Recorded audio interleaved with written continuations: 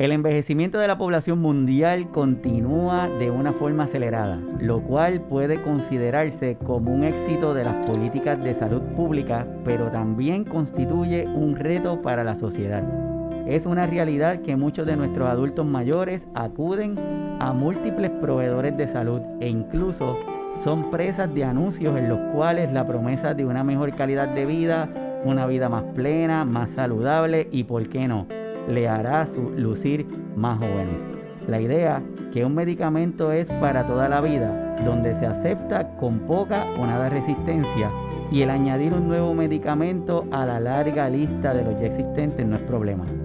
Pero donde se cuestiona el eliminar alguno de ellos es una situación que pone en riesgo la salud y la seguridad de las personas que los toma sin importar la edad que tengan. Es por ello que en el día de hoy nuestro signo vital se llama de prescripción.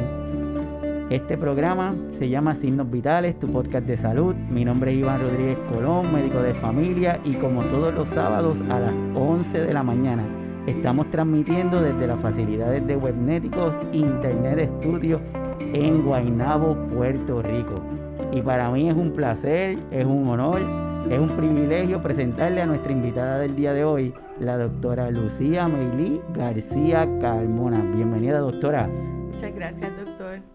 Estamos aquí con la doctora. Vamos a estar hablando de este tema que es tan importante. Así que hoy lo que tenemos es un banquete teniéndote aquí para hablar de este tema que queremos que tanto nuestros pacientes, nuestros familiares, nuestros cuidadores empiecen a hablar de esta nueva terminología y que vean cuán beneficioso puede ser para ellos. Así que dentro de la pandemia, doctora, ¿qué enseñanza te ha dado esta pandemia?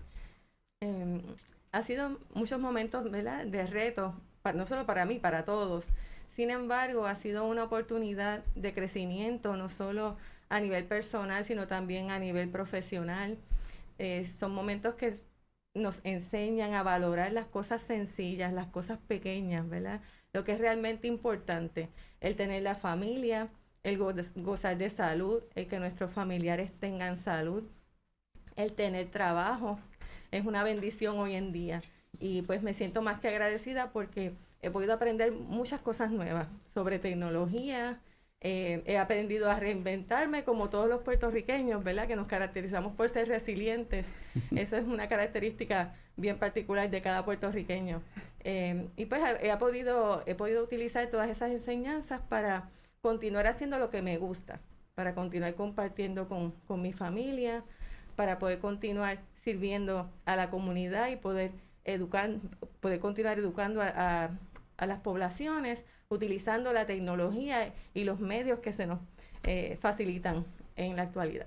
Es verdad lo que dice, doctora. Hoy día, en estos tiempos en donde yo digo que el coronavirus nos ha dado muchas cosas negativas o difíciles, o nos ha pasado por procesos de enseñanza bien complejos, pero a la misma vez ha hecho un brinco tecnológico increíble. Eso es así. Cosas que quizás no pensábamos que iban a suceder en un tiempo cortito. Este coronavirus ha provocado que se haya disparado increíblemente. Así que cosas malas, cosas buenas, Eso pero es todo así. es el proceso de enseñar, como dice nuestro gran amigo José Méndez Cruz, que dice: lo aceptamos, no lo cuestionamos, aprendemos y empezamos a evolucionar para poder seguir hacia adelante. Así que Eso yo es estoy así. seguro que las personas que nos están viendo van a aprovechar este programa. Doctora, ¿qué es un farmacéutico? ¿Cuál es la función de él?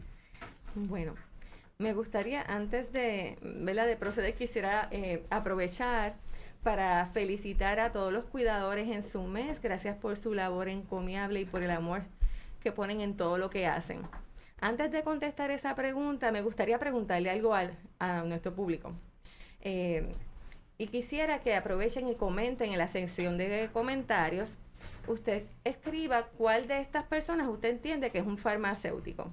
Si usted entiende que el farmacéutico es la persona que está en la ilustración con la letra A, usted va a escribir en los comentarios la letra A.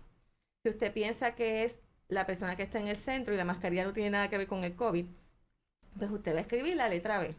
Si usted piensa que el farmacéutico es la ilustración de la extrema derecha, usted va a escribir la letra C. Si usted entiende que son todos, va a escribir la palabra todos. Y si usted entiende que ninguno es farmacéutico, usted va a escribir la palabra ninguno. Tenemos que Ileas dice, García dice que son todos, Miguel Wilfredo dice que son todos, Fernando está diciendo que son todos. Muy bien. Pues la realidad es que esa es la contestación correcta. Todos son farmacéuticos. El farmacéutico es el profesional de la salud más accesible en la comunidad y con amplios conocimientos sobre los medicamentos y sus usos. Es un profesional de la salud que en la actualidad se gradúa de un programa doctoral, que tiene las opciones de completar residencias y completar certificaciones en diferentes ramas de la medicina y del sistema de salud.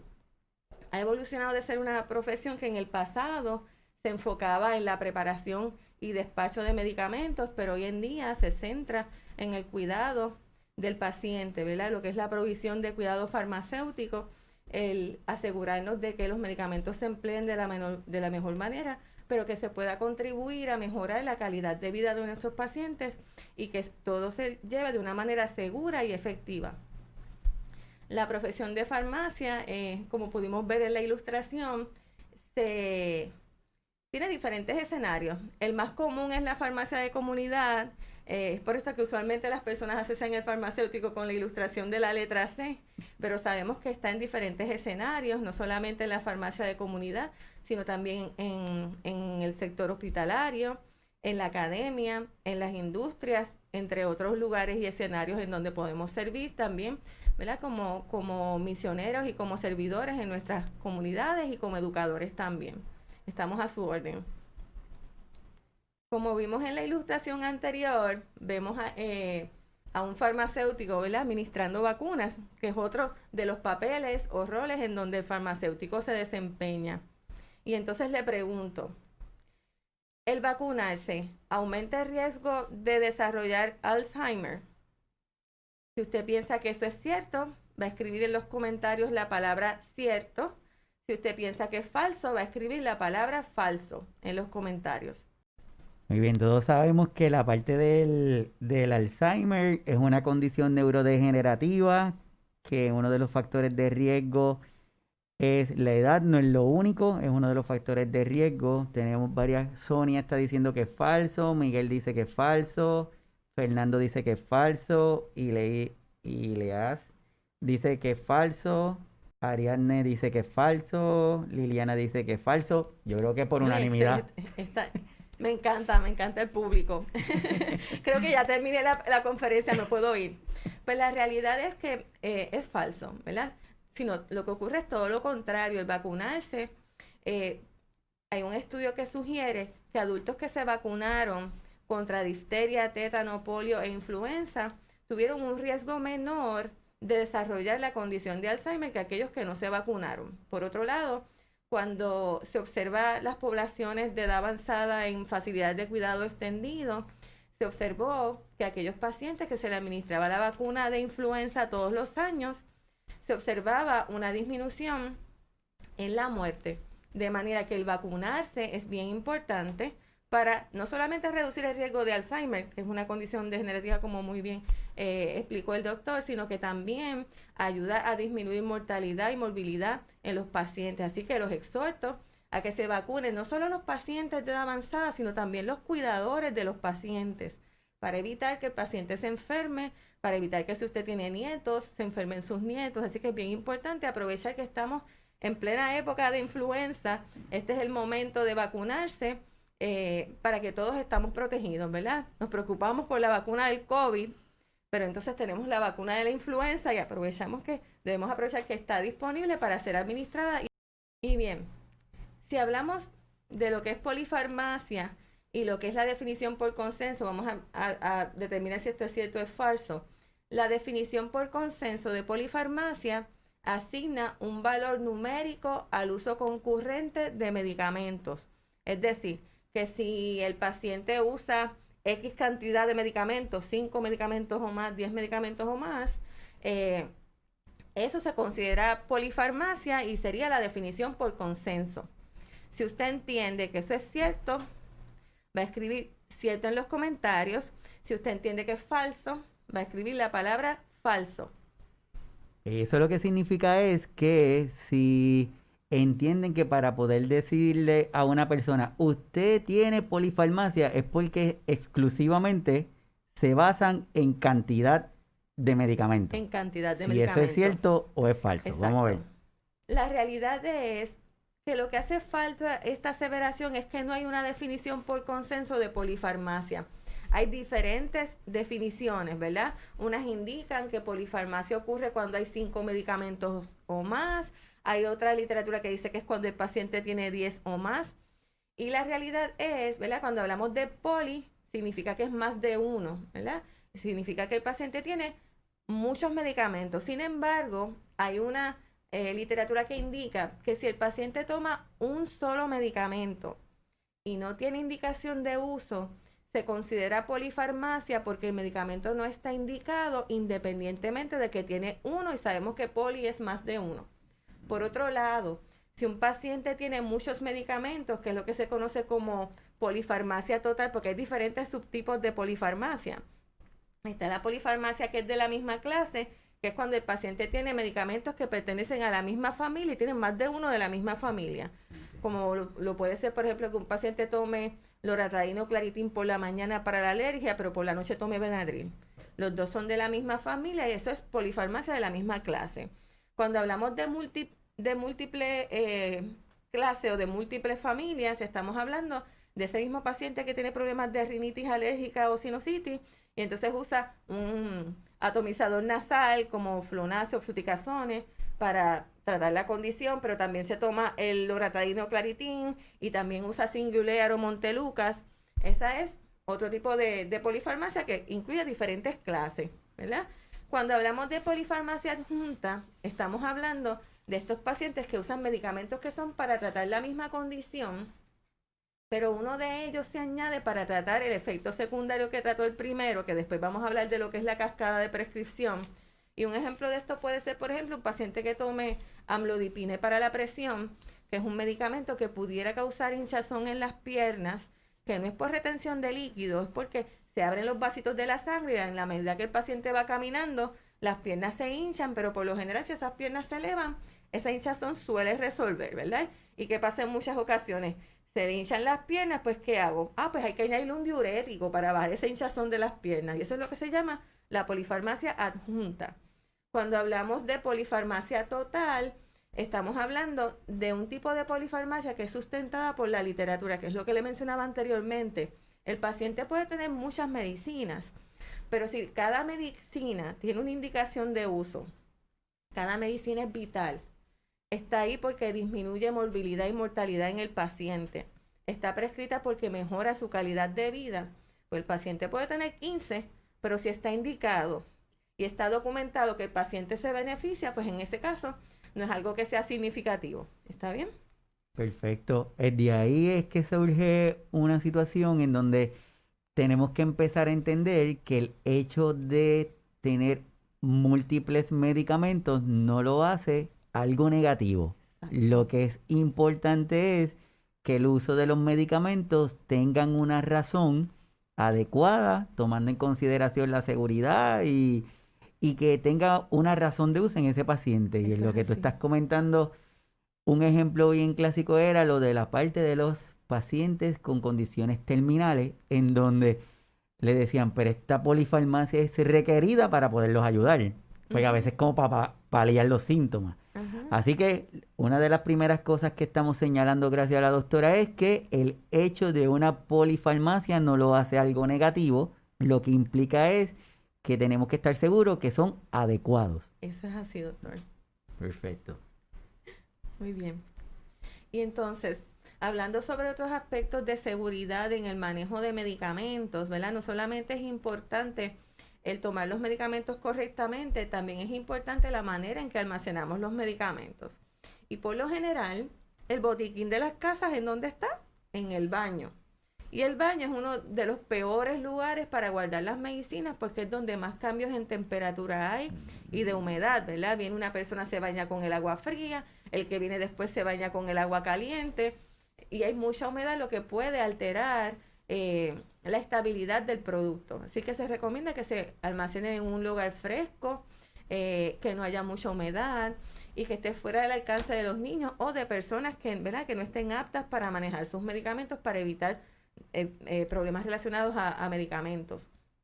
Bien importante, ¿verdad? Hay otras medidas como la utilización de brazaletes que sirven para identificar si un paciente padece de alguna condición en particular, digamos pacientes que tengan historial de epilepsia, de diabetes, ¿verdad? Si el paciente tiene un bajón de azúcar severo y el paciente se desmaya o pierde el conocimiento, si tiene un brazalete de alerta, la persona va a poder saber, ¿verdad? Cuando vengan los paramédicos, si la persona está sola, qué condición es la que más probable tiene el paciente, ¿verdad? Si no se estuvo en el momento y se observó qué fue lo que sucedió. De igual manera, personas que tengan desórdenes neurocognitivos como Alzheimer, por ejemplo, es bien importante también que ese paciente esté identificado y que se tenga una foto reciente, ¿verdad? Por lo general, le tomamos fotos a los nietos, a los niños pequeños y a las personas de edad avanzada, no necesariamente tenemos fotos recientes. Y eso es bien importante porque si el paciente se pierde, es importante que tengamos una foto reciente para poderlo identificar y poder ayudar en la búsqueda. Bien importante también la manera en que se descartan las medicinas, ¿verdad? No solamente las tabletas orales, sino también los parches que se utilizan para tratar diferentes condiciones, como por ejemplo los parches que se usan para tratar la condición de Alzheimer, como el de rivastigmine o Exelon, o como lo es el parche de fentanil que se utiliza para tratar el dolor. Hubo un evento hace muchos años atrás de un niño que murió a consecuencia de haberse administrado un parche de fentanil, ¿verdad? Su mamá tenía historial de cáncer, le habían recetado un parche de fentanil. Y pues como a veces hacemos las madres, ¿verdad? El nene a veces se da un golpe, a veces le ponemos una curita y no tiene ninguna herida, ¿verdad? Pero las curitas, igual que el masaje, son mágicos y quitan el dolor. Pues parece que el niño, ¿verdad?, había estado acostumbrado a eso, vio el parche en el zafacón, lo sacó, pensó que era una curita y se lo pegó. ¿Qué sucede? La piel de los niños es más fina que la de los adultos y esos medicamentos, aunque haya pasado el tiempo de administración, siempre tienen un reservorio que es como un almacén, donde siempre tienen medicamentos, aunque ya se haya administrado, ¿verdad?, hasta el último día que corresponde, siempre tienen medicina y se puede absorber, ¿verdad? Y ese medicamento puede causar depresión respiratoria y muerte. Así que es bien importante que dispongamos de manera adecuada, no solo de las tabletas y los medicamentos orales, sino también los parches, ¿ok? Eso es bien importante. Hay algunas personas, ¿verdad?, que a medida que pasa la edad o si tienen algunas condiciones neurológicas, pudieran tener problemas para tragar, ¿verdad? O algún otro tipo de condición que promueva que la persona no pueda tragar de manera adecuada. Pues es bien importante que sepamos si ese paciente toma medicamentos o tabletas que no se puedan partir, triturar o cápsulas que no se puedan abrir, porque si hacemos eso y ese medicamento es de liberación sostenida o prolongada, si trituramos la tableta, entonces se va a liberar toda la medicina de una vez y el paciente puede tener efectos no deseados. Así que para evitar eso, siempre pregunte a su farmacéutico o a su médico para identificar si los medicamentos que el paciente está tomando en la actualidad se pueden abrir, triturar o si hay alguna otra alternativa terapéutica que se pueda utilizar en sustitución de esa que el paciente está utilizando. Algo que también es bien importante y quiero recalcar acá que pueden ver ahí es el número telefónico del Centro de Control de Envenenamiento, que es el 1-800-222-1222. Es fácil de aprender. Usted grábelo en su celular, péguelo en la nevera, porque es de suma importancia para evitar, ¿verdad?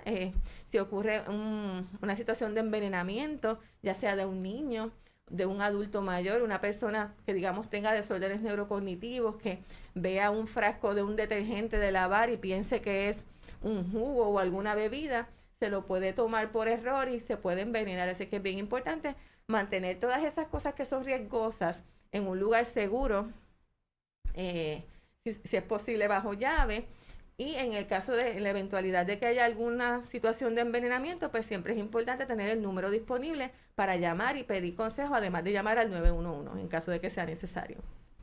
Ahí interviniendo lo que nos está diciendo la doctora hasta el momento, en este ratito ya nos está dando una data súper importante. A mí no se me había ocurrido lo de los cambios de temperatura en el botiquín, en el baño. Así que es importante que tener eso presente. Más aún cuando a veces hay medicamentos que son guardados que no son en el envase original. Eso es así. Eh, Si se guardan en pastilleros, pues ahí, ¿verdad? La estabilidad no va a ser igual que en el frasco original y pues se pueden degradar con mayor facilidad, ¿verdad? Muchas veces las tabletas se desboronan por la humedad y los cambios en temperatura. Así mismo. Y aprovecho para poner este slide, ya que me mencionaste algo de lo de las pastillas. Ajá. Cuando muchas veces nos dicen, tranquilo, yo solo me tomo un cantito de la pastilla. Ese cantito de la pastilla, ¿cuán seguro es que se tome un cantito de la pastilla? Porque tenemos tanto a nuestros pacientes que muchas veces ellos mismos entienden es que, no, es que yo no me voy a tomar toda la pastilla esa porque es muy fuerte, pero yo lo que hago es me tomo un cantito y me la tomo un cantito y a veces es un cantito del cantito. Eso es así. Pero ¿qué seguridad o cómo, lo que estabas comentando, cómo las personas pueden saber que ese medicamento puede ser picado o triturado y cuál no? Ok. Por lo general, cuando los medicamentos, las tabletas son de liberación sostenida o controlada, muchas veces tienen unas letrecitas que acompañan al nombre, ¿verdad? O dicen XL de Extended Release o de liberación, ¿verdad? Extendida, o dicen SR, que significa Sustained Release o liberación sostenida. Puede ser que digan que es EC, que quiere decir Enteric Coated, que es una cubierta que es para proteger el estómago, como pasa con la aspirina, ¿verdad? Que dice aspirina de 81 miligramos enteric coated, tiene una cubierta entérica que es para proteger el estómago y si la picamos o la trituramos, ya entonces no tiene esa protección adicional para el estómago, por darle un ejemplo, ¿verdad? De poderse triturar, se puede triturar, pero entonces no le va a proteger su estómago, le puede causar dolor de estómago o algún malestar. Por otro lado, es bien importante, ¿verdad? Usualmente cuando tiene esas letras al lado lo va a decir. También los rótulos accesorios suelen indicar en el rótulo del medicamento que si la tableta se puede triturar o no, si se puede masticar o no, porque hay tabletas que requieren que se mastiquen para administrarlas, hay otras que se requiere que se administren debajo de la lengua y es bien importante leer bien el frasco con las instrucciones, ¿verdad? Muchas veces, y me lo topo todos los días cuando estoy haciendo reconciliación de medicamentos, que no es otra cosa que comparar el listado de los medicamentos que el paciente tiene prescrito con la manera en que el paciente los toma. Y los pacientes son bien creativos, ¿verdad? Pueden hacer eso, pueden partir las tabletas. Hay pacientes que tienen muchas medicinas y los lunes, miércoles y viernes me tomo la lisinopril, que es para la presión, y los martes, jueves y sábado me tomo la amlodipine, y, ¿verdad? Y manejan las medicinas de diferente manera. Y es bien importante que usted siempre pregunte y siempre lea bien el frasco, no asuma que siempre va a ser una tableta diaria, ¿verdad? Porque pudiera ser media tableta, pudiera ser una tableta y media. Puede que se requiera tomar todos los días, como puede que se requiera tomar ciertos días de la semana, por eso es bien importante leer bien, preguntar al farmacéutico y a su médico para estar seguro, ¿verdad? Hay medicamentos que sí se pueden partir por la mitad, usualmente cuando no se puede, lo dice la tableta, ¿verdad? Y usualmente son tabletas que son bien difíciles de partir por eso mismo. Así que eso es bien importante. También es importante dejarle saber a su médico proveedor cómo usted usa las medicinas. Eso es bien importante. Muchas veces los pacientes no se atreven a decir que no me estoy tomando la dosis completa por temor, ¿verdad?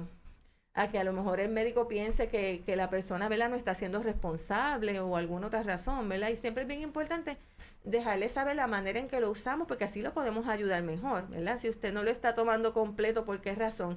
Porque a lo mejor pues su plan médico no se lo cubre, que eso pasa mucho, el plan médico no me lo cubre, pues entonces yo me tomo la mitad para que me rinda y me dé el mes completo porque no puedo comprar la cantidad completa. Pues entonces eso es importante dejárselo saber al médico para buscar una alternativa terapéutica que le pueda servir de igual manera y que tenga menos costo. A lo mejor puede ser que haya un genérico bioequivalente disponible, que quiere decir que tiene el mismo ingrediente activo, ¿verdad?, que el medicamento original y que ha demostrado que es efectivo igual que el de marca, ¿verdad? Eso ocurre con algunas medicinas, hay otras que no tienen bioequivalente, pero la mayoría sí lo tienen. Por ejemplo, en ese slide tenemos la diferencia entre medicamentos de marca y medicamentos genéricos, que es una pregunta tan frecuente. Uh -huh. Y antes de entrar ahí, una de las recomendaciones, otras recomendaciones, porque yo estoy seguro que todas las personas que nos están viendo y nos están escuchando tienen una libretita y están anotando. Y esta es otra de las recomendaciones, es que una vez que usted o la persona que va a buscar los medicamentos en la farmacia se aseguren siempre de saber qué medicamento se está llevando y cómo se lo puede tomar. Y pregúntele, porque parece que está farmacéutico, le pregunta y le dice, mire, ¿para qué esta pastilla? Porque muchas veces lo que ellos saben es que la pastilla amarilla es por la tarde, la naranjada es la de por la mañana, pero no tenemos una idea de por qué me las estoy tomando. Y entonces, esa es otra de las recomendaciones que sale de aquí hoy, que dentro de esta polifarmacia, que ya sabemos que no está determinada por la cantidad exclusivamente de los medicamentos que utiliza, es que debemos conocer el nombre y para qué es que utiliza ese medicamento, por si acaso en algún momento el cuidador no está o el paciente, que es el que sabe su medicamento, le pasa algo por alguna razón, no se puede expresar, que las demás personas sepan para qué es que se utilizan y después ahorita la doctora nos va a dar más recomendaciones. Pero volviendo a lo de un medicamento de marca y un medicamento genérico, Ujú. ¿cuán confiable es ese cambio? ¿Lo podemos hacer discriminadamente o qué debemos hacer? ¿Verdad? No todos los medicamentos tienen un genérico bioequivalente disponible, ¿verdad? Como por ejemplo lo es el Synthroid, que es un medicamento que se utiliza para tratar condiciones de hipotiroidismo, ¿verdad? La tiroides vaga. El levotiroxina Synthroid, el Synthroid no tiene un genérico bioequivalente. ¿Qué quiere decir esto? No quiere decir que usted no puede usar un genérico. Lo que quiere decir es, en este caso en particular, que si el medicamento no tiene un genérico bioequivalente, que quiere decir que trabaja igual que el de marca, lo importante es que se sea consistente en qué genérico el paciente va a continuar usando. ¿Okay? No es que sean malos, es que si usted va a usar el de marca, debe ser el de marca siempre en ese medicamento en particular, ¿verdad? Y si va a ser el genérico, que sea el genérico de X compañía siempre, para evitar fluctuaciones en el efecto que va a tener el medicamento, ¿okay? Porque si de momento este mes lo compro de marca y el que viene lo compro genérico, entonces va a ser bien difícil ajustar la dosis que el paciente necesita, ¿verdad? En ese caso en particular. Perfecto. Cuando el medicamento tiene un genérico bioequivalente disponible, pues es una alternativa más costo efectiva para tratar la misma condición con menos dinero, ¿verdad? Porque el genérico bioequivalente no tuvo que incurrir en toda la investigación que tuvo que incurrir el medicamento original y antes de que se manufacture la primera tableta, se han hecho diversidad de estudios anteriormente que son muy costosos y por eso es que es más costoso el de marca que el original. Perdón, el de marca u original que el genérico bioequivalente. El genérico bioequivalente, pues ya el medicamento está hecho, es cuestión de copiar la forma. La fórmula, lo único que varía son los excipientes. ¿Qué son los excipientes? El color de la tableta puede ser distinto, la forma en que se hace la tableta puede ser diferente y los otros ingredientes que se añaden para darle la forma a la tableta, el volumen, el sabor, el olor, eso puede ser distinto, pero el medicamento que es el que hace el efecto, ese tiene que ser igual. Y entonces se estudia para que trabaje de la misma manera que el de marca. Se hacen estudios para compararlo. Perfecto. Quiero decirte que el chat lo tienes bien activo. Tengo una pregunta que nos está haciendo Liliana. Liliana directamente desde Argentina, que va a estar con Ay, nosotros la semana que viene. Así que bienvenida. doña Liliana está preguntando, por ejemplo, en el caso de los pacientes con Alzheimer que tienen problemas para tragar medicamentos y productos, que si se puede triturar un medicamento y si el efecto de ese medicamento que se tritura es el mismo, que no, si no pierde efectividad. Si el medicamento no es un medicamento de liberación extendida, se puede triturar sin ningún problema, ¿verdad? Si es un paciente que tiene, por ejemplo, Alzheimer y está tomando, digamos, Donepezil, el Donepezil es un medicamento que es de liberación inmediata, sin embargo, dura 24 horas. Y el Donepezil se puede triturar sin ningún problema. Pero si está usando galantamina de liberación extendida, pues ahí no, ¿ves? Habría que cambiarlo a la galantamina de liberación inmediata para que entonces se pueda abrir la cápsula y se pueda, ¿verdad?, mezclar con comida y administrarlo al paciente. Es bien importante que si se requiere triturar la tableta, ya sea porque el paciente no puede tragar o porque el paciente rehúsa tomar las medicinas, porque a veces eso pasa, que el paciente no se las quiere tomar, pues bien importante que usted, ¿verdad? Si se puede triturar, usted lo haga, pero no lo administre en la porción completa del alimento que usted le va a dar o del postre, la compota de manzana, porque si el paciente no se la come completa, no va a recibir la dosis completa. Así que lo aconsejable es que usted lo puede sí triturar, lo puede mezclar con una porción, digamos una cucharada del postre o de la compota de manzana. Primero le da sin el medicamento, porque eso le va a alterar el sabor. La primera se la da sin el medicamento y aprovecha la segunda, se la da rápido. Y así le sigue dando la comida o el postre para que el paciente lo consuma completo. ¿Verdad? Así que eso es una opción. Sí se puede triturar y sí se puede administrar siempre y cuando el medicamento no sea de liberación sostenida. Y hay que verificar si ese medicamento en particular se puede administrar con comida o no. Lo primero es ver que el medicamento se pueda triturar. Uh-huh. Segundo, si el paciente está teniendo dificultad para tragar, consultar con su médico sobre la posibilidad de cambiar la presentación del medicamento a uno que sea líquido, y en caso de que no existe esa posibilidad del cambio de presentación, pues entonces buscar la alternativa de un medicamento que se pueda triturar. Exacto, o que sea líquido, ¿verdad? O puede ser un parche, ¿verdad? Que se puede pegar en la espalda y así pues es más fácil la administración. Hay diferentes alternativas o métodos de administración que se pueden considerar para ayudar a que el paciente, ¿verdad?, se adhiera a su terapia. Otra cosa que puede causar con los genéricos bioequivalentes es que como muchas veces puede cambiar el color de la tableta o la forma. Si tenemos pacientes, ¿verdad?, que tengan condiciones neuropsiquiátricas, o pacientes que tengan condiciones neurodegenerativas como Alzheimer, muchas veces les da paranoia y tienen estos síntomas de que me quieren hacer daño, de que me quieren envenenar. Y si ya él está acostumbrado a que la tableta era rosa todo el tiempo y de momento el genérico que tienen disponible es azul, eso puede crear un problema, ¿verdad? Porque el paciente va a decir, eso no es lo que yo tomo y yo no me lo voy a tomar. Pero usted tiene la opción de buscar el frasco y buscar que en la etiqueta del medicamento siempre en la esquinita va a haber una descripción de la tableta. Lo que pasa es que eso uno por lo general no le hace caso. Pero en la esquinita inferior usualmente está una descripción, un dibujo de la forma que tiene la tableta y el color que tiene la tableta y la forma, y usted le puede enseñar, mira lo que dice aquí. Si el paciente puede leer, obviamente, ¿verdad? Usted le enseña y para que el paciente vea que sí, que esa es la tableta que está en el frasco, le dice hasta los códigos que tiene impreso encima y todo, y así usted puede confirmar con él que en efecto esa es la medicina correcta, que usted, ¿verdad?, no tiene ninguna intención de hacerle daño al paciente, que eso puede ocurrir. Perfecto. Entonces, hablando de la polifarmacia y la reconciliación, hay diferentes factores que pueden aumentar el riesgo de que ocurra la polifarmacia. Entre ellos, el tener muchos proveedores de salud, ¿verdad? Por lo general a los pacientes les gusta tener muchos médicos. Tienen su médico primario, hay pacientes que puede que sean veteranos y tienen su médico primario en veterano, pero tienen su médico de familia en el pueblo donde viven y tienen, si son diabéticos, tienen un endocrinólogo y si tienen problemas con la próstata, tienen un urólogo o puede que tengan un neurólogo si tienen Alzheimer, diferentes especialistas, ¿verdad?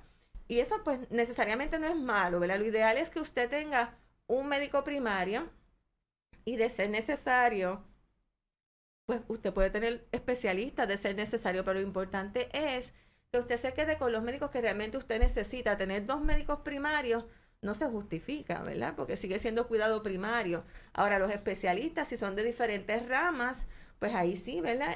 Se justifica en el caso de que sea necesario que usted tenga un especialista. ¿A qué voy aquí? Es bien importante que usted tenga un listado actualizado. Y actualizado es una palabra clave. Muchas veces los pacientes traen un listado de las medicinas que tomaron hace 4 años atrás y no están actualizados y han tenido muchos cambios de medicamentos en ese periodo. Así que es bien importante que en ese listado usted incluya el nombre del medicamento, para qué lo usa, porque hay medicinas que pueden tener más de una indicación de uso, ¿verdad? Por ejemplo, el lisinopril se puede usar para la presión, pero se puede usar para proteger los riñones, se puede usar para fallo cardíaco, y es la misma medicina, ¿verdad? Así que es importante saber para qué lo usa, cómo la usa, la dosis que le fue prescrita, y usted tenga todas esas medicinas con dosis, frecuencia e indicación en ese listado. para que cuando usted vaya a ver a sus médicos, si tiene más de uno, ese médico sepa todas las medicinas que usted está utilizando y la razón por la cual la usa para evitar interacciones o evitar duplicidad que lleva a polifarmacia, ¿verdad? Muchas veces el paciente puede que tenga lisinopril de un médico y entonces el otro médico le recetó Prinibil, por ejemplo, que es la misma medicina. Y el paciente puede que piense que sea distinto porque en un frasco dice un nombre, pero en el otro frasco dice otro y piensa que son dos medicinas distintas cuando es lo mismo. Así que es bien importante ese listado actualizado, que los familiares sepan que toman, ¿verdad? Sus padres, sus hijos, hasta su esposo.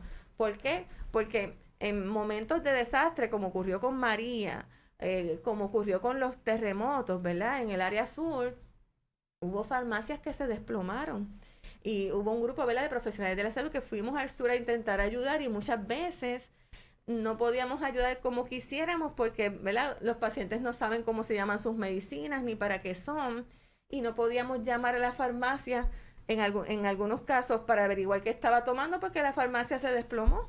O como pasa en los huracanes, se va la luz, se caen los sistemas y no hay manera de uno buscar. Así que por eso es importante que usted lo guarde en el celular, le tome una foto, lo suba a la nube y lo tenga impreso y lo guarde en una bolsa sellada que si se moja no se dañe la información y usted lo tenga disponible, no solo el paciente, sino también el familiar, porque en situaciones de desastre las personas se pueden, ¿verdad? Se pueden poner histéricas, le pueden dar ataques de pánico y muchas veces no pueden funcionar ni decir que están tomando aunque lo sepan, ¿verdad? O pueden tener un accidente, Dios no lo quiere, y no pueden verbalizar qué es lo que usa. Así que es importante que la familia sepa qué es lo que usan los miembros de su núcleo familiar particularmente y que usan, si tiene familiares que viven en centros de cuidado extendido como, ¿verdad?, hogares sustitutos, nursing homes, también es importante que sepan, por si acaso, ¿verdad?, en la eventualidad ocurriera algo así, que esperemos no tener más ninguna situación como las que hemos vivido en el pasado. ¿Qué otra situación promueve el que haya polifarmacia? El que el paciente tenga cambios de escenario de cuidado. Un paciente vaya a sala de emergencia y se admita y luego va a intensivo y después pasa al piso de medicina y luego se va de alta en el área ambulatoria. Hay diferentes medicamentos que se van a usar en esos diferentes estadios que el paciente ha estado y muchas veces cuando el paciente se va de alta, después no sabe qué medicinas son las que va a usar. Pues voy a tomar las que tenía antes de que me hospitalizaran, voy a tener las que me dan nuevas y en ocasiones se las toman ambas, en ocasiones no se toman ninguna porque se confunden y eso es bien importante. En todos esos procesos hay que revisar esas medicinas y asegurarnos de que el paciente lo que está usando es lo que necesita y preguntar cómo lo usa. Muchas veces cuando hago la reconciliación y le pregunto al paciente cómo usted está tomando el medicamento, pues como está ahí en la computadora y cuando verifico, en ocasiones hay tabletas que hay que partir y tal medicamento, ¿cómo usted lo usa? Pues una diaria y las instituciones dicen media tableta, por ejemplo, ¿verdad? O se lo toma si es necesario, ¿verdad? O simplemente no lo está usando. Y es importante saber porque si usted no lo está usando y cuando va a ver al médico la presión está alta y usted no dice que no lo está usando, ¿qué va a hacer el médico? Le va a añadir otra medicina o le va a subir la dosis. Y cuando usted se lo toma, entonces puede tener reacciones no deseadas. Otra cosa que es importante también es tratar en la medida en que sea posible de utilizar la misma farmacia para identificar posibles interacciones, ¿verdad? Si usted se lleva una medicina en la farmacia de siempre y digamos que usted toma un anticoagulante como warfarina, que se usa para afinar la sangre, ¿verdad? Y fue el urólogo y le recetó un antibiótico, como por ejemplo Septra, que es un antibiótico que se puede usar para infección de orina. Eso es una interacción crítica que puede provocar sangrado, pero las medicinas están en farmacias distintas. El farmacéutico no puede identificar esa interacción. Así que ese listado también muéstreselo al farmacéutico en caso de que usted no vaya a ir a la farmacia que usted acostumbra. O sea, tenemos otra recomendación más. Es tratar de que los medicamentos sean consistentes en la farmacia donde los adquiere. Eso es así. Porque por lo menos acá en Puerto Rico todavía no todas las farmacias se comunican, entonces no se sabe si si tomó uno de los medicamentos en la farmacia A y otro en la farmacia B, no hay una comunicación, entonces pues no se sabe esa interacción, pero si buscan los medicamentos en una misma farmacia, pues entonces minimizamos el riesgo de esos efectos que después vamos a estar hablando un poquito más adelante, o sea que es importante. Muy bien. Y entonces, cuando hablamos de efectos adversos, secundarios, reacciones alérgicas, estos son temas que usualmente se intercambian unos con los otros, ¿verdad? Y dice Paracelso que nada es veneno y todo es veneno. La diferencia está en la dosis, ¿verdad? Usted si se toma unos cuantos galones de agua se puede intoxicar con agua, ¿verdad? Y si toma una dosis baja de algo que sea bien tóxico, se puede envenenar igual, ¿verdad? Así que todo va a depender de la dosis que se use. Y entonces es bien importante diferenciar la reacción adversa y el efecto secundario se pueden confundir unos con los otros. Muchas veces se usan los términos, ¿verdad? Se intercambia uno por el otro, pero hay diferencias pequeñas. Cuando hablamos de reacción adversa, es un efecto no deseado que se observa en las dosis usuales de un medicamento, pero que lleva a unos síntomas que pudieran ser, por ejemplo, problemas con el hígado, problemas con el riñón, en el caso de medicamentos que pueden causar malformaciones congénitas, ¿verdad? Que el bebé nazca con alguna, ¿verdad? Anomalía, pues eso se consideran reacciones adversas, ¿verdad? Cuando hablamos de efecto secundario, es un efecto que es extensión de lo que el medicamento hace. Por ejemplo, si el paciente toma un medicamento para la ansiedad y le da sueño, es como una extensión de ese efecto. O que tome un diurético y esté orinando todo el tiempo y se deshidrate a consecuencia de la extensión del efecto del medicamento. Pero se utilizan uno por el otro. A mí no me preocupa tanto que intercambien reacción adversa con efecto secundario. Lo que sí me preocupa es que muchas veces confundimos lo que es una reacción alérgica con un efecto adverso o con un efecto secundario, ¿verdad? Y a veces uno le pregunta al paciente, ¿usted es alérgico a alguna medicina? Sí, yo soy alérgico a la aspirina. Y cuando le pregunto, ¿y cuál es la reacción alérgica que tuvo? Que me da dolor de estómago. Y eso no es una reacción adversa, perdón, eso no es una reacción alérgica, eso es un efecto adverso, ¿verdad? Eso es un efecto no deseado. Cuando hablamos de reacción alergia, estamos hablando que implica una reacción inmunitaria del cuerpo, ¿verdad? Que reacciona de manera exagerada ante la presencia de ese medicamento porque se desarrollan unos anticuerpos y el cuerpo reacciona exagerado a ese medicamento que usted consumió o a ese alimento o a ese perfume o a esa crema que usted se puso, ¿verdad? Porque no solamente es con las medicinas y no necesariamente ocurre con la primera exposición, ¿verdad?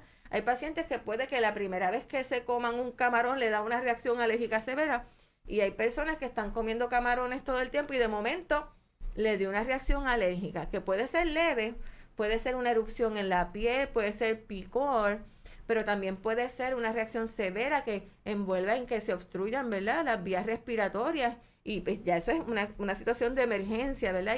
Y esos son los casos en que las personas necesitan andar con su EpiPen o con esta inyección que es para tratar esa reacción anafiláctica, que es una reacción alérgica severa que pudiera atentar contra la vida. Cuando hablamos de efectos adversos y la prevalencia, pues los efectos adversos son responsables de casi una de cada 4 visitas a sala de emergencia y de alrededor de casi 20%, muy cercano al 20% de las admisiones en el hospital. Y cerca de un 40% se considera que pueden ser serias o atentar contra la vida del paciente. ¿Okay? Y si los problemas relacionados a medicamentos se consideraran como una enfermedad, serían la 5ª causa de muerte. Así que en Estados Unidos sería antes del Alzheimer y en Puerto Rico la causa de muerte seguida al Alzheimer, ¿verdad? Que es la 4ª causa de muerte aquí, sería la que le sigue. Así que miren cuán prevalente es esto. Yo diría que esto es mucho más. ¿Por qué razón? Porque el diagnóstico de admisión no es que el paciente tuvo una interacción de la medicina A con la medicina B, ¿verdad? El diagnóstico de admisión es el paciente sangró, ¿verdad? Como me pasó en una ocasión, estaba haciendo visitas en pacientes que estaban tomando anticoagulantes. Vuelvo y sigo hablando de los anticoagulantes. Y este paciente, pues, tomaba warfarina, ¿verdad? Que afina la sangre. ¿Qué pasa? Que el paciente le había dado un ataque de gota. Y ustedes saben que todos tienen un vecino que receta y no se ha graduado de medicina, ¿verdad? Sí, hay muchos por ahí. ¿Y qué pasa? Tenía dolor de gota y el vecino le dijo, mira, yo tengo aquí Indocin, Indometacin, que eso es un tiro para el dolor de gota, eso es lo mejor que se han inventado. Y el paciente pues se lo tomó porque el vecino lo hizo de buena fe, ¿verdad? ¿Qué pasa? Que él estaba tomando warfarina y el señor vino con sangrado gastrointestinal. Secundario a la mezcla de warfarina con el Indocin que le dio el vecino. Cuando se le hicieron las pruebas de laboratorio, las pruebas que se hacen para medir la coagulación estaban perfectas. El paciente se lo estaba tomando correctamente y decía, pero ¿qué es lo que está pasando aquí? Cuando le entrevisto, pues fue una interacción, pero el diagnóstico de admisión no dice que se admitió porque hubo una interacción entre warfarina y el Indocin que le dio el vecino. Dice que se admitió por sangrado, así que ese por ciento es mucho más. O esa causa de muerte pudiera ser un poco antes de la quinta. Y por eso es que hoy día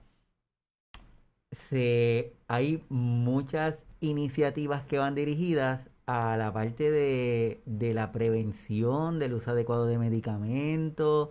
Están dirigidas a tratar de ayudar a los cuidadores, a los pacientes, a los familiares, todas las personas que están envueltas en el cuidado del paciente para tratar de evitar este tipo de situación. Pero quiero puntualizar en dos cosas que has utilizado bastante frecuente, que es actualizar. Esa palabra, yo creo que todos los que estamos tomando nota, porque yo estoy tomando nota, todos los que estamos tomando nota, es importante como que la tengamos, porque son detallitos que aparenta ser bien bobos, pero son muy significativos. Por ejemplo, lo que dijiste de la toma de la foto, actualizar la foto del paciente es vital. ¿Cuántas veces tenemos a pacientitos que se han desaparecido y lo que aparece es una foto cuando eran jóvenes que no tenían condición? Entonces, o el paciente pesaba 190 libras y ahora el paciente pesa 120. Y no pesa tenemos el 130. actualizado. Y es vital. Esa es una. La segunda, el listado de medicamentos actualizado. Y ahí subrayamos listado de medicamentos, pero que tengan la dosis de la pastilla y la frecuencia, porque muchas veces tenemos una lista de medicamentos en donde aparecen los nombres de las pastillas, pero no tenemos la cantidad de miligramos ni las veces que se toman y viene y quizás el cuidador primario ese día no pudo ir a la consulta, envió al hijo y el hijo dice, bueno, yo no sé, eso fue lo que me dieron, yo no sé si se lo toma, si no se lo toma. Así que esas dos cositas, actualizado, es una palabra importante que está utilizando la doctora, así que actualizar la información. Eso es así. ¿Y qué situaciones están relacionadas a la polifarmacia? Pues ya mencionamos pobre adherencia de medicamentos, y adherencia y cumplimiento no es lo mismo. Cumplimiento es simplemente seguir las instrucciones que me dijo el médico, me voy a tomar una tableta diaria. Adherencia envuelve que el paciente sabe para qué está usando ese medicamento, ¿verdad? Y lo hace con el propósito de mejorar, ¿verdad?, su calidad de vida y con un compromiso de hacer lo que debe por lo que lo debe hacer, no porque sí, ¿verdad? Ok, voy a pedirte que le des rewind. Sí. Y vuelvas y digas eso porque es esencial. Que sepamos, anoten, la diferencia entre adherencia y cumplimiento. Sí, cumplimiento es cuando el paciente simplemente sigue las instrucciones que dice el frasco. Me voy a tomar una aspirina todos los días, pero no sé por qué me la voy a tomar, ni para qué, ni por qué es importante. Y eso es bien importante, ¿verdad? Porque el tomarme una aspirina de 81 miligramos todos los días, si está indicada, me va a evitar complicaciones a largo plazo. Y eso va a promover que el paciente se adhiera a la terapia porque sabe cuál es el beneficio de tomarlo. Y cuando eso ocurre, ahí estamos hablando de adherencia, ¿verdad? Que no es simplemente seguir unas instrucciones porque me dijeron que me lo tenía que tomar. Y eso va de la mano de algo que vamos a hablar más adelante, que es, después que hablemos de la cascada de prescripción, vamos a hablar entonces de, déjeme saltarlo y después voy a ir acá. Después que hablemos de la cascada de prescripción, vamos a hablar también de qué cosas pueden promover que haya adherencia a la terapia y qué cosas no. Lo vamos a mencionar más adelante. Perfecto. Vamos. Y digo, la adherencia. Muchas veces creemos que el cumplir de tomarme la pastilla es tener un buen tratamiento y seguir el tratamiento recomendado.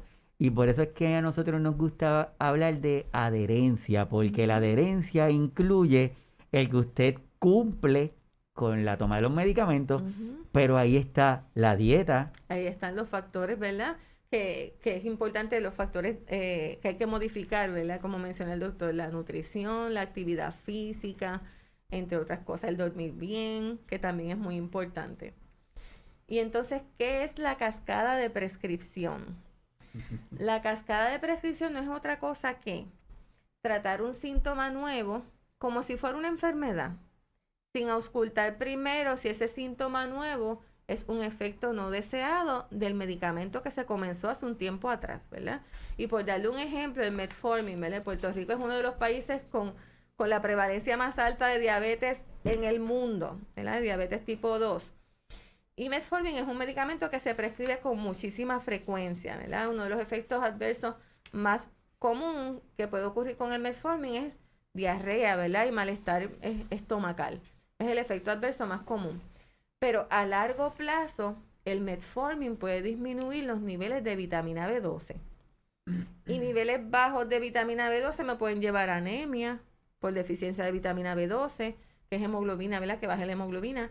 Me puede ocurrir también que el paciente tenga problemas de memoria por deficiencia en la vitamina B12. Así que es bien importante que si el paciente lleva tomando vitamina B12 por mucho tiempo, hay que hacer niveles de vitamina B12 para ver cómo están y si están bajitos, entonces suplementar al paciente con vitamina B12. Sí que eso es bien importante. Otra cosa que puede ocurrir con los medicamentos, por ejemplo, que se usan para tratar Alzheimer, es que como son medicamentos que son colinérgicos, lo que es colinérgico afloja. Puede causar goteo nasal, puede causar salivación, puede causar incontinencia urinaria, ¿verdad? Que el paciente no le dé tiempo a ir al baño cuando tiene deseo de orinar, que el paciente le dé diarrea, ¿verdad? Y muchas veces pasa que se aumenta la dosis del medicamento y a veces el familiar me dice, ay, ahora el paciente está peor porque antes podía ir al baño y ahora se está evacuando encima. Y piensan que el paciente está peor. Y no es que el paciente está peor. Es que está teniendo un efecto adverso al aumento en dosis que se hizo hace 2 semanas o está teniendo un efecto adverso a la adición de este medicamento que es nuevo. Así que siempre que ocurra un efecto nuevo en el paciente, es importante primero ver, se empezó un medicamento hace poco, hubo un cambio en dosis recientemente del medicamento y si ese es el caso, entonces es importante, ¿verdad? Siempre que usted vea un efecto adverso, verificar eso primero y siempre consultarlo con el proveedor de salud para ver si se puede cambiar ese medicamento por otro, si se puede reducir la dosis o si se puede cambiar la formulación para que ese medicamento se vaya liberando poco a poco y minimizar esos efectos adversos antes de añadir, por ejemplo, un loperamide para la diarrea que me puede causar problemas cardíacos con el uso prolongado. ¿Está bien? Muchas veces pensamos, y lo había mencionado anteriormente el doctor, ¿verdad? Sobre los productos naturales, esos anuncios que salen los domingos por la mañana, que estos productos maravillosos que usted se va a poner 10 años más joven con tomárselo, le va a curar la diabetes, le va a hacer curar Alzheimer, hacen lo que no hacen los medicamentos aprobados por la FDA hoy en día, hacen esos productos que anuncian en esos programas. Pues bien importante que sepamos que porque algo sea natural no quiere decir que sea inocuo y que no va a causar ningún efecto adverso, ¿verdad? Podemos tener interacciones significativas y críticas entre productos naturales y medicamentos que se recetan. Por mencionarle un ejemplo, el St. John's Wort es un producto herbal que tiene efectos similares al de los antidepresivos como por ejemplo el sertraline, que se utiliza para tratar depresión. Trabaja similar. ¿Qué sucede? Que si un paciente ha tenido trasplante de órganos, ¿verdad?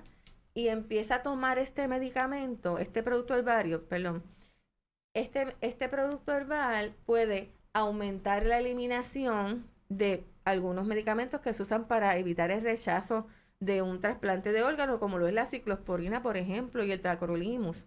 Entonces, si bajan los niveles de la medicina, que me va a ayudar a que yo no rechace ese órgano, después de toda la odisea que hay que pasar para tener un trasplante de órgano, sería más que lamentable que haya un rechazo porque me estoy tomando este producto que me dijo el vecino que me lo tomara para que me sintiera con mejor estado de ánimo. Así que usted siempre consulte con el profesional de la salud primero antes de usar cualquier producto natural. Y entonces, ahora que estamos en época de COVID, de influenza, catarro, ¿verdad? Pues muchas veces es bueno saber qué productos sin receta yo voy a conseguir para aliviar estos síntomas, ¿verdad? Particularmente en pacientes de edad avanzada. Eh, los medicamentos que están a la izquierda, los que dicen que son más anticolinérgicos, esos son los que no se prefieren en el paciente viejo. ¿Por qué? Porque esos medicamentos lo que hacen es secar todo. Pueden causar estreñimiento, resequedad de la boca, pueden causar retención de orina, ¿ok? Confusión, así que todos esos que tienen ese PM, Panadol PM, acetaminofén que usualmente tienen Benadryl o difenhidramina, en el paciente viejo es algo que no se recomienda porque los puede confundir y puede causar todos esos efectos no deseados que le acabo de mencionar y no queremos eso en el paciente. ¿Okay? Así que se prefieren los que están a la extrema derecha para síntomas de goteo nasal porque son más seguros y tienen menos efectos adversos. ¿Okay? Algo que es particular mencionar es que ahora en la época de, ¿verdad? Con todo esto del COVID, pues se usa mucho dextrometorfan, que es un medicamento que se usa para tratar la tos.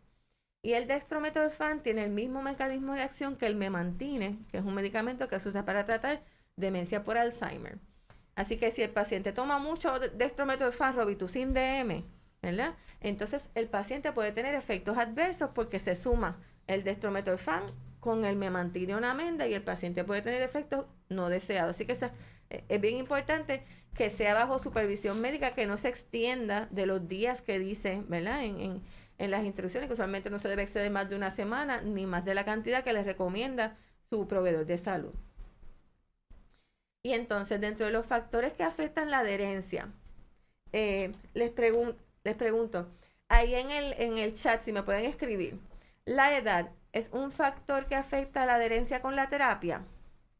Si usted entiende que la edad, ¿verdad? Que una persona de edad avanzada va a tener más problemas de adherencia con la terapia que una persona que es más joven. Si usted entiende que eso es cierto, que la edad es un factor que afecta la adherencia, usted va a escribir cierto en el chat. Y si usted piensa que la edad no es un factor determinante, usted va a escribir que es falso. Perfecto, en lo que los muchachos están ahí dando las contestaciones bien rapidito. Voy a poner una estadística que no me gusta, pero pues nuestra realidad.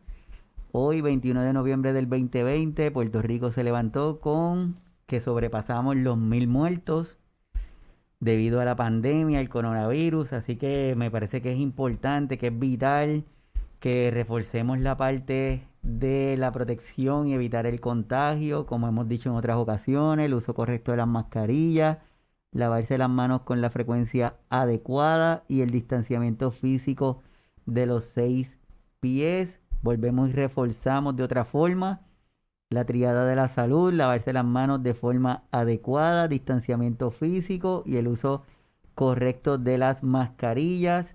Necesitamos que cada una de las personas que están, tanto en Puerto Rico, fuera, en los países latinoamericanos, donde está esto que se conoce como el coronavirus, que la forma en que lo podemos combatir, en nosotros tenemos nuestras precauciones, por eso decimos que la vacuna somos todos nosotros, no tenemos que esperar a que venga una vacuna física. Si nosotros no tomamos las medidas adecuadas, vamos a hacer que esto se quede, y si se queda, le va a costar la vida a más personas, y eso es lo que lamentablemente está pasando. Así que por favor, vamos a tener esa conciencia ciudadana, vamos a entender que es importante que cada uno de nosotros pongamos nuestro granito de arena para que esto no siga evolucionando, porque si no, no solamente vamos a romper el récord de los 1,000, vamos a romper el récord de los 2,000 y por ahí para arriba. Así que, por favor, las precauciones, ¿está bien?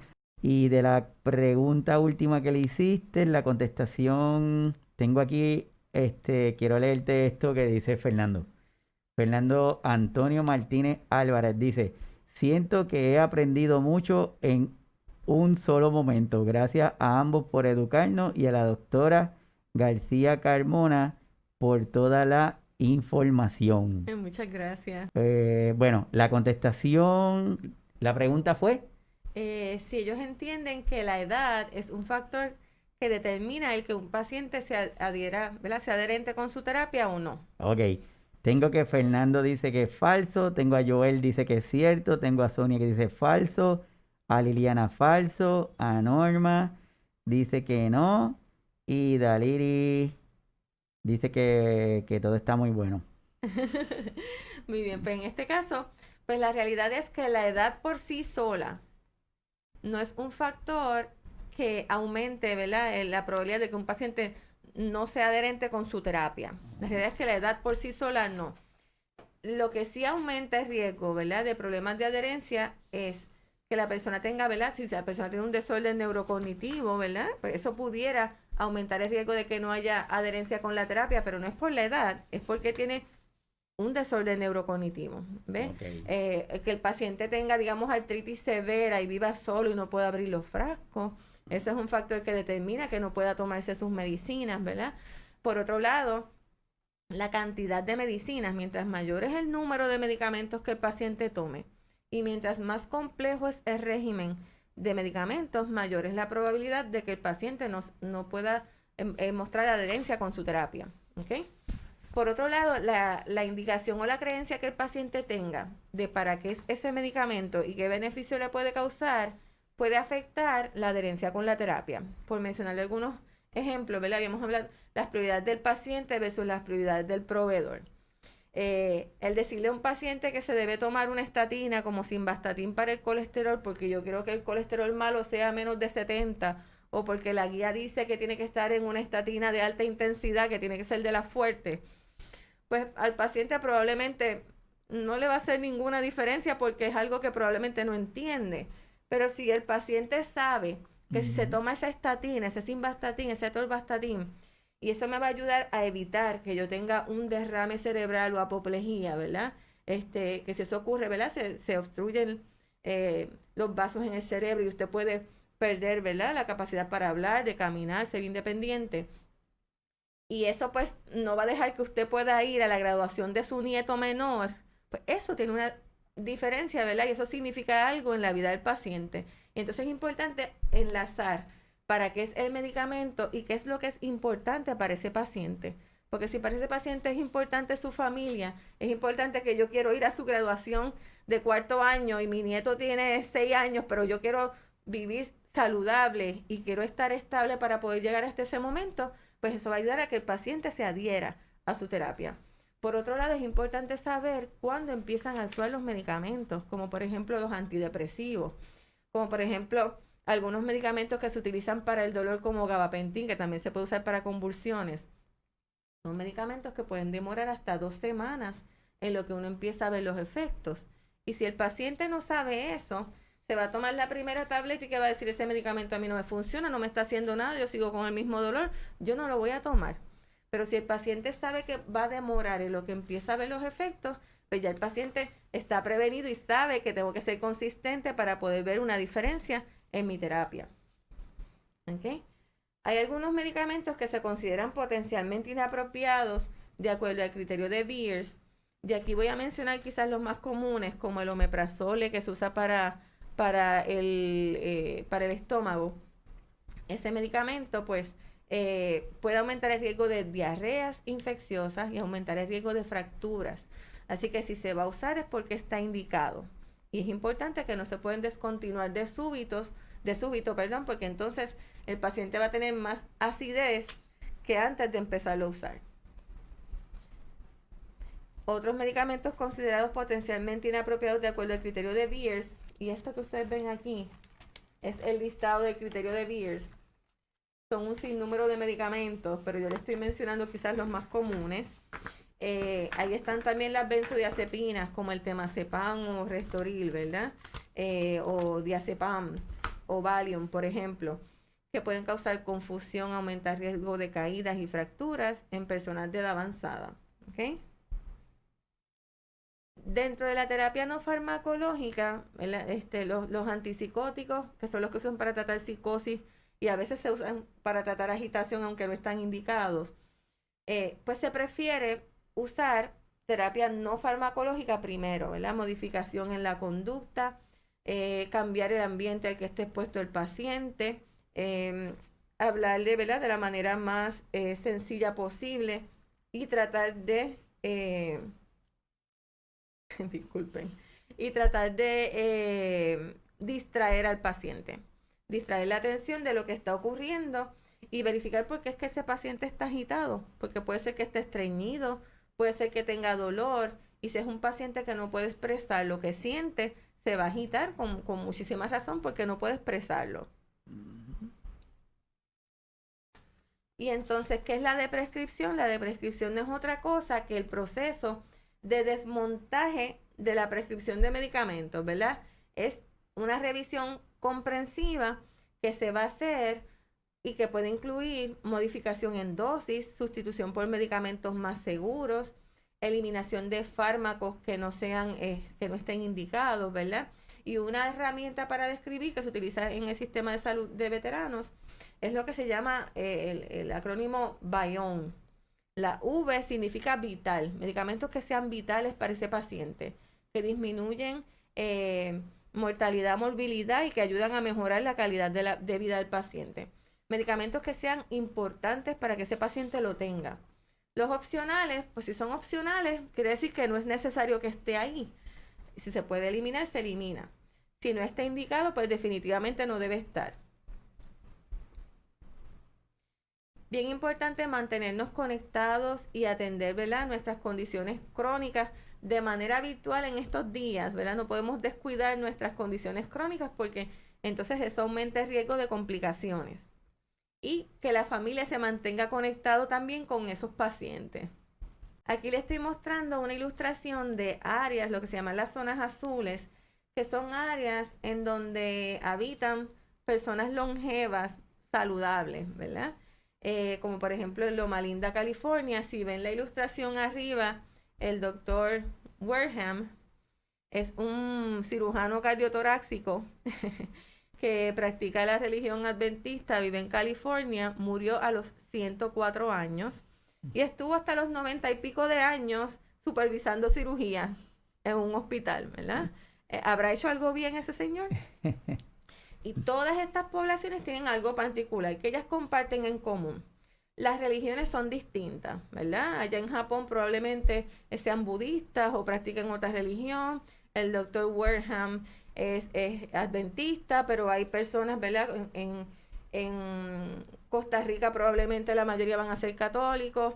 Diferentes religiones. O sea que aquí lo importante es la espiritualidad, no necesariamente una religión en particular.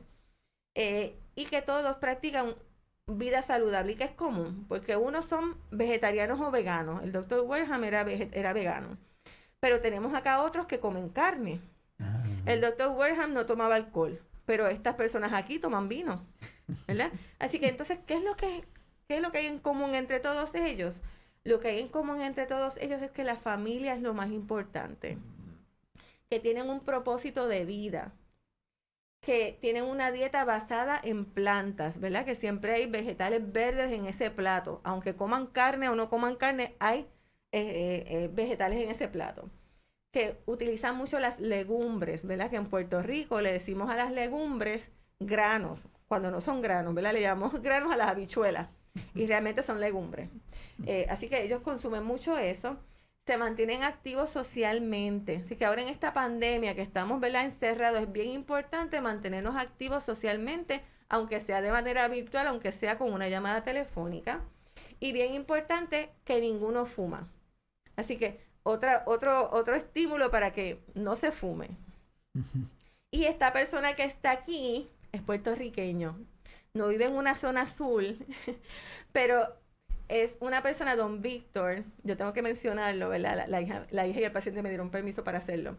Este señor que usted ve ahí tiene 96 años, todas las mañanas se levanta a hacer ejercicio en su bicicleta estacionaria, se toma un jugo verde todas las mañanas, cultiva sus bonsai, siembra plátano, él mismo hace los tostones del plátano que sembró y se mantiene activo socialmente todo el tiempo. Así que eso es bien importante, que no es solamente las medicinas, es tener estilos de vida lo más saludable que se pueda, ¿verdad? Y en la medida en que sea posible, pues empezar por una cosita, porque a todos se nos hace difícil, ¿verdad? Mantener una dieta saludable todo el tiempo no es fácil, pero si la mayor parte del tiempo sí lo hacemos, si la mayor parte del tiempo estamos activos, pues eso nos va a ayudar en adición a las medicinas. Muy bien. Y los dejo con este pensamiento. Nadie se hace viejo simplemente por vivir un número de años. Nos hacemos viejos cuando disertamos nuestros ideales. Los años pueden arrugar la piel, pero si dejamos a un lado el entusiasmo, entonces se arruga el alma. Y para la piel tenemos botox y otras cosas más. Para el alma no. Tenemos alternativas, así que, wow, de verdad que te lo agradezco increíblemente. Yo creo que cada una de las personas que está conectado le ha servido, yo creo que el propósito y la intención se logró. Antes, la intención era que tú llevabas a los pacientes a cumplir con lo que decía las guías. Si decía que un paciente diabético tenía que tener su hemoglobina glicosilada en X número, tú lo tenías que llevar ahí sin importar lo que eso significara para el paciente, si le tenías que poner insulina, lo que fuera. Y muchas veces los pacientes llegaban a las oficinas, cumplían la meta del laboratorio, pero el paciente se quejaba que no tenía estilo de vida. Me quitaste la vida porque no puedo salir de mi casa, tengo que estarme inyectando con insulina, no puedo hacer nada.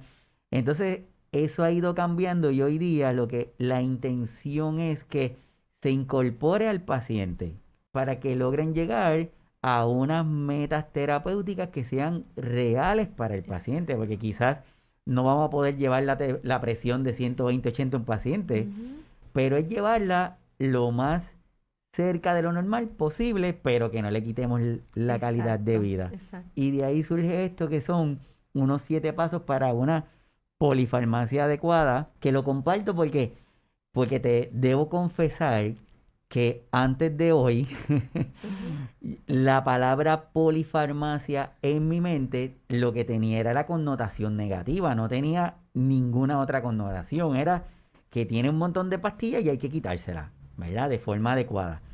Pero gracias a ti hemos aprendido hoy que la polifarmacia no necesariamente es negativa. Lo que es importante es que se haga adecuadamente y segura, de forma segura. Y aquí le comparto a las personas unos 7 pasos de una polifarmacia adecuada que empiece en el centro al paciente, porque el paciente debe ser el centro. Y vuelvo y enfatizo de que hay síntomas que se van a presentar por el proceso de envejecimiento que no le tenemos que poner una connotación negativa y le queremos dar un medicamento para eso cuando no debemos hacer nada, es parte del proceso. Entonces, pues, ese paciente, lo que tenemos que preguntarnos es, ¿qué le importa al paciente? ¿Cuál es la meta que tenemos con ese paciente? Lo segundo, identificar la medicación, si son medicamentos esenciales, si esa pastilla verdaderamente hay que dársela. Si un paciente se está tomando una pastilla ocasionalmente, pues probablemente no la necesite. Exacto. Entonces hay que minimizar el riesgo quitándole esos medicamentos. El paciente toma medicación innecesaria, va de la mano con el punto 2. El punto número 4 dice, si se están logrando los objetivos terapéuticos. Me pasa que tengo pacientitos que llegan donde mí y se están tomando una pastilla hace 10 años porque le dijeron que se la tomara, pero ahora mismo ya no es requerida el uso de ese medicamento. Y eso nos pasa con alguna frecuencia con los pacientitos de condiciones de demencia, que llega el punto en que ya el medicamento no le va a dar ningún beneficio y se le está dando por la necesidad del cuidador, no por la necesidad del paciente. Por eso es importante que nos eduquemos.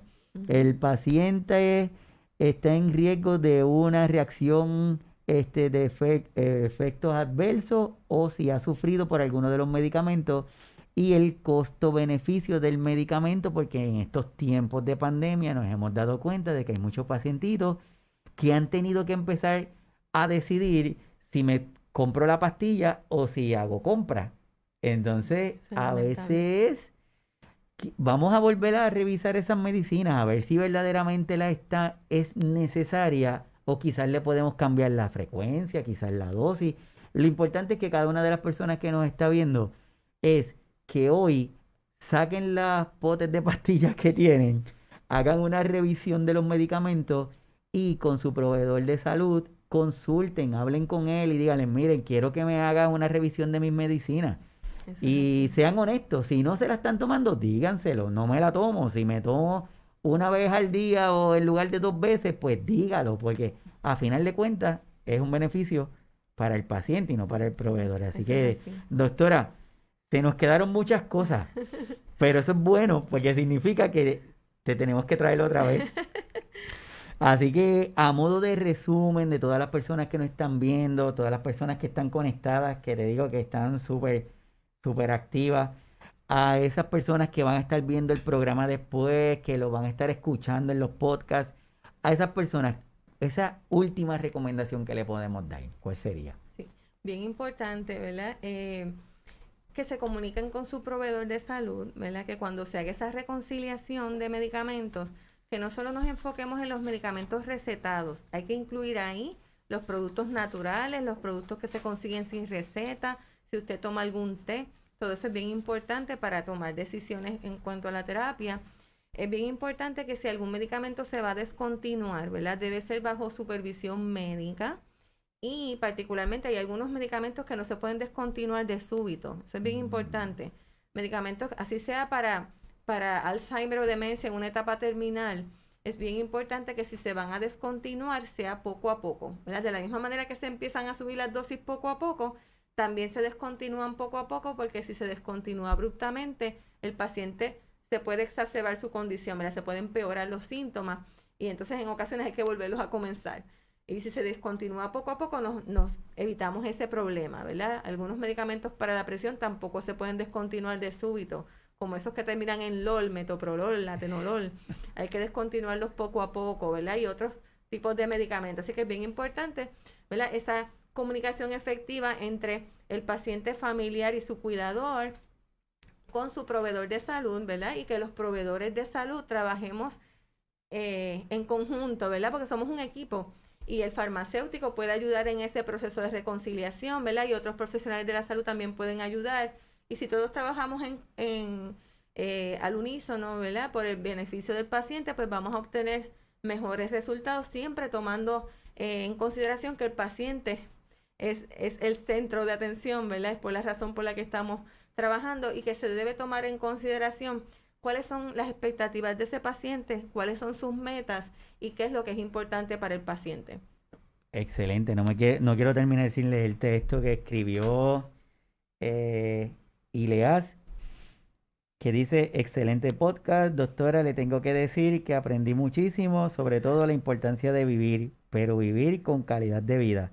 Espero poner en práctica lo aprendido conmigo y mis familiares, con las, con las debidas precauciones que se necesitan en esta época del COVID. Así que, y espero que nuestra misión se haya dado el día de hoy.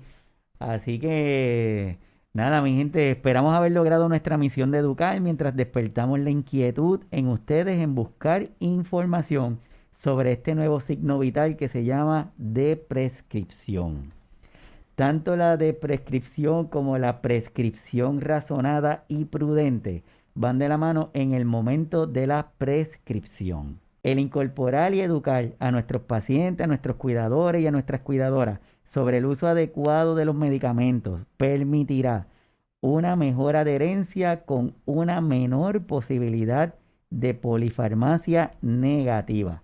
Además, permitirá un tratamiento más humano y adaptado a la realidad y las necesidades del paciente, con lo cual minimizamos la presencia de efectos adversos, mayor dependencia y con ello un mayor deterioro cognitivo, entre otros aspectos.